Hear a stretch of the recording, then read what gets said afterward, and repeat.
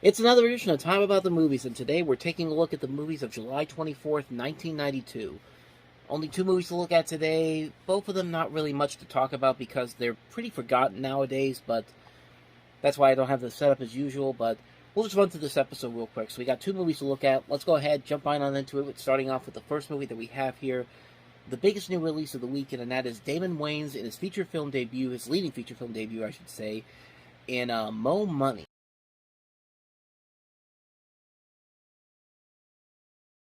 So honestly, when I first heard about this movie, I could have sworn it was the feature film version of the skit from In Living Color because there was a skit on In Living Color called Mo Money with Wiz and Ice, and I thought that this was it. I guess I thought maybe it was the Wayans brothers' answer to Wayne's World, which of course Wayne's World came from Saturday Night Live and was a big movie hit in the spring before this. But as far as I know, this is not that movie. This is a movie that's basically its own movie. It just has the name Mo Money. You basically have Damon Wayans as this con artist who gets a job in a credit card company. He falls in love with an employee there, played by Stacey Dash. He also steals a couple of credit cards and starts using them. And then the chief of security drags him into this big league of criminals. It's a movie that seems very simple, but as far as the movie goes, it really doesn't use what made the Wayans brothers very funny. What makes them very funny? Because this was their first movie. I think they did after "I'm Gonna Get You, Sucker," and this was, like I said, it was right after this was right at the peak of In Living Color success. Um, I actually think this was also when Keenan Ivory Wayans was also fired from In Living Color too. I could have sworn it was, but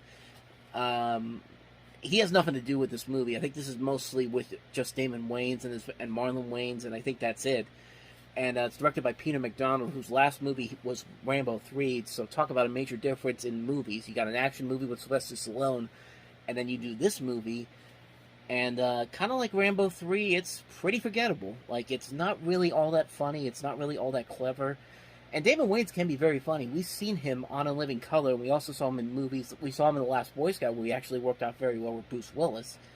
But as far as this movie goes, there's not really a whole lot there in terms of the script. Like, sometimes there could be funny moments here and there, but there's nothing really there that makes it stand out pretty much. Like, it's not really all that funny.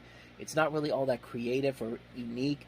And it doesn't really feel like a movie that fits the type of comedy that you would expect from the Wayans brothers. But like I said, it's just Damon Wayans and Marlon Wayans in this movie in particular, so maybe that's why. But I don't know. I just didn't think it was all that interesting or funny, and I really didn't understand much of the plot. Really, there's not really much of a plot there, honestly, and it just wasn't funny. I didn't find anything about it that amusing, that interesting, and it was largely forgotten, at least for me, at least after I saw it the first time.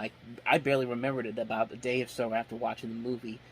But I mean, it made money, but not at the box office, not a whole lot. But it did make it back its budget. I think twice its budget with $40 million. So some people liked it, so I can't really argue with them on that. But as far as I'm concerned, Mo Money's just kind of a mediocre movie.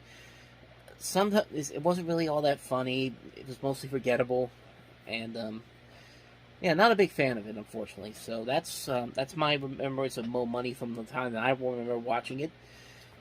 With that said, let's go ahead and move on to the next movie that we have here, and that is the highly ambitious Mom and Dad Save the World.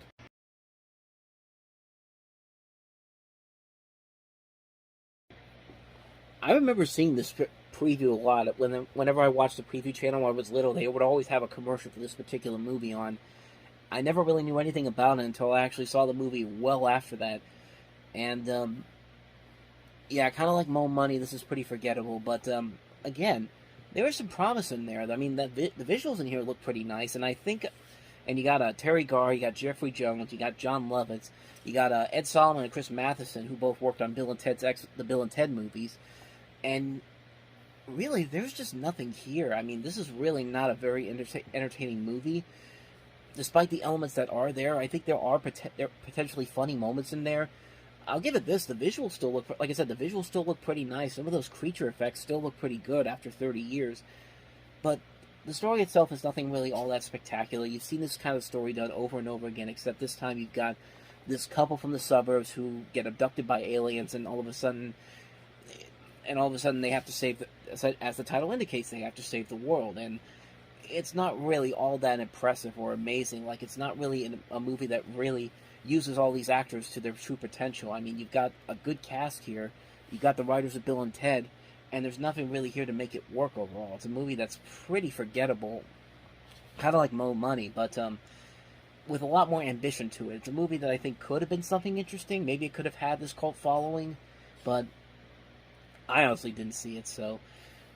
fortunately, this is not a very... I have to say that's not a very good movie, despite the promise that is there. There are some promising elements to it that just didn't deliver on them, so... That's my thoughts on Mom and Dad Save the World. So with that said, that wraps up another edition of Time About the Movies. Next time we meet, we'll look at the movies of July 31st. We'll wrap the month off with 5 movies. Some notable ones here in particular. We've got Meryl Streep, Goldie Hawn, and Bruce Willis, and Robert Zemeckis' Death Becomes Her. We also have Buffy the Vampire Slayer, the original Buffy the Vampire Slayer, the much different Buffy the Vampire Slayer compared to the more popular one, but we'll delve into that as we get to next week's show, or the next time we meet. But we also have Bebe's Kids, which is another movie that has a very interesting history behind it.